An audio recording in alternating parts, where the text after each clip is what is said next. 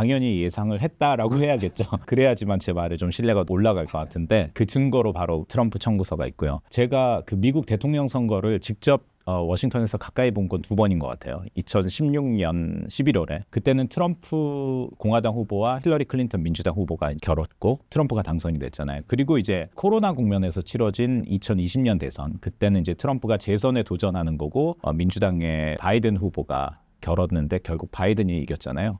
그리고 나서 이제 트럼프와 해리스의 대결이었는데 저는 그 트럼프와 해리스의 대결을 보면서 이 양상이 2020년보다는 2016년 양상하고 굉장히 비슷하다고 느꼈어요. 그건 무슨 말이냐면 2016년 때도 좀 오래돼가지고 뭐 기억이 안 날지도 모르지만 돌이켜보면 그때 언론에서도 그러고 뭐 다 당연히 힐러리 클린턴이 이길 거라고 예상을 했잖아요. 뭐 심지어는 뭐 트럼프조차도 본인이 당선될지 몰랐다라는 그런 얘기를 했잖아요. 근데 그게 사실 빈말이 아닌 게 그 선거가 끝나고 그 다음날 이제 개표가 발표될 그 시점에 그 두 사람의 그 선거 사무실이 다 뉴욕에 있었거든요. 그런데 그 힐러리 클린턴 주변에는 사람들이 당선을 축하하려고 빼곡히 모여 있었고 정작 트럼프 쪽에는 사람들이 별로 없었어요.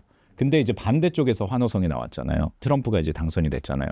그래서 저도 이번에도 그 바이든이 낙마하고 해리스가 등장을 하면서 굉장히 컨벤션 효과가 있었고 미국의 주류 언론, 특히 뭐 진보 진영을 지지하는 주류 언론에서는 굉장히 박빙이지만 해리스가 당선될 거라고 그런 전망을 많이 했잖아요. 그런데 저는 막상 뚜껑을 열어보면 2016년처럼 트럼프가 될 거다라고 생각을 했습니다. 그 이유는 뭐냐? 사실 우리나라도 그렇지만 미국 선거도 굉장히 국내의 어떤 이슈냐가 그 선거의 결과를, 그 프레임을 좌우하거든요. 결국은 먹고 사는 문제 아니겠습니까? 경제 문제인데 그 바이든 대통령 때 경제 지표가 그렇게 나쁘진 않았어요. 왜냐하면 코로나가 이제 본격적으로 회복되는 그런 시점이었기 때문에 거시경제 지표들이 조금씩 좋아졌습니다. 실업률이라든가 경제 성장률이라든가.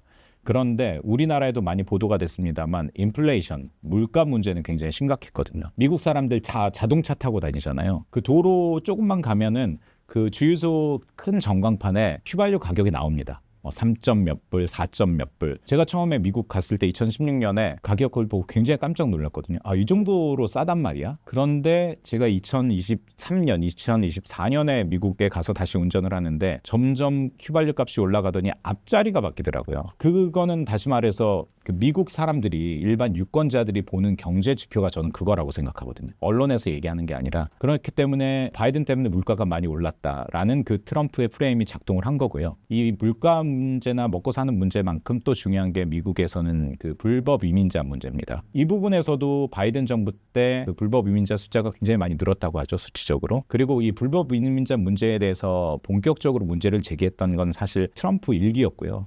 사실 이 이민자 문제는 트럼프가 잘 다루는 우위에 있는 이슈거든요. 그래서 뭐 경제 문제, 물가 문제, 그리고 이민자 문제, 이게 여전히 큰 그 미국 대선 국면에서 큰 이슈였고 그 부분에서는 트럼프가 계속 주도권을 쥐고 있었다. 그리고 그 결과들이 이제 선거를 통해서 나타났다라고 저는 생각을 합니다.